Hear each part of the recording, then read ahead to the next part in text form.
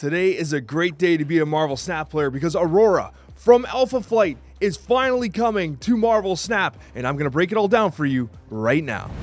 Aurora is a 6-costed, 6-power card that reads, on reveal, give one of your other on reveal cards at each location plus 2 power. Repeat for ongoing, activate, and end of turn. This is an immensely powerful effect, and while it's reminiscent of Spectrum, who provides plus 2 power to all ongoing cards, where Aurora is distinctly different is its ability to utilize non-ongoing cards as well, and create a much different style of archetype, utilizing cards that traditionally have never been a part of a Spectrum style list. For this reason, Aurora is very exciting. Now I know what you're probably thinking. You're thinking, Alex, what about a card like Electro, the 3/5 that reads, on reveal, plus 1 max energy. Ongoing, you can only play 1 card a turn. Will Aurora buff this card twice because it has 2 tags, an on reveal and an ongoing? The answer is yes.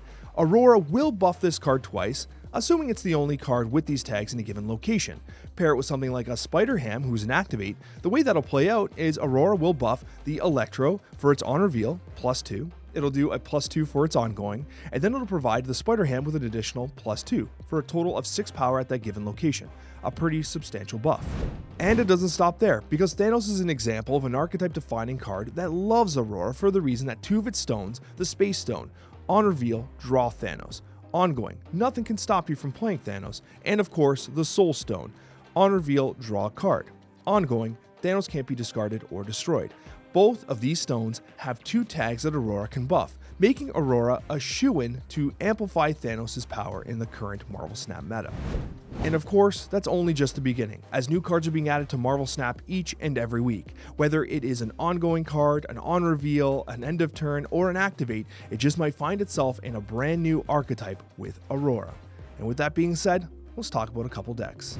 With regards to Aurora deck building, there's no better place to start than with the Mad Titan himself, Thanos.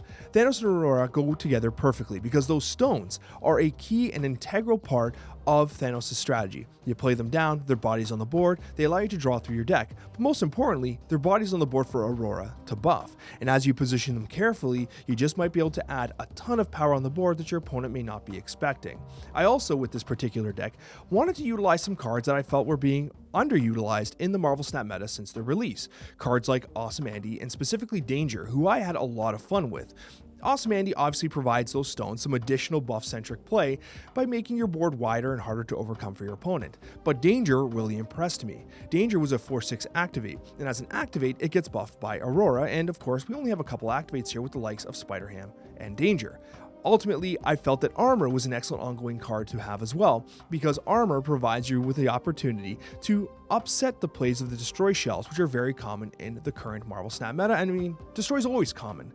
And finally, you do have Captain Carter. Captain Carter is an ongoing card that will allow you to play on-reveal stones behind it perhaps, and then get buffed by Aurora and pass that buff forward onto the stones in the field of play. So ultimately, I felt that this deck was a very interesting approach to playing Aurora and Thanos, but we're not done there. If you like combo-centric play, we have the Silver Surfer First Steps edition, and what's fantastic about that card is that when played alongside Aurora, what you can do is actually win that particular lane at the end of the game with Aurora and double proc the Aurora. It's almost like a mini Wong effect. You get to buff cards multiple times using that Aurora-based ability, which just might take you over the top your opponent's plays.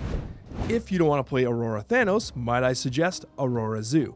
Aurora Zoo is a very natural place for Aurora because there are cards here that generate a lot of value with the likes of Shauna. Yes, there's a little bit of RNG.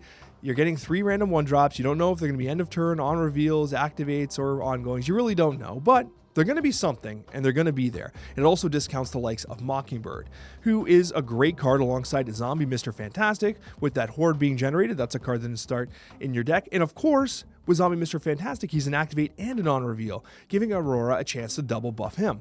You have Sam Wilson Captain America, who goes very wide on the board, provides you with some utility with the ongoing side.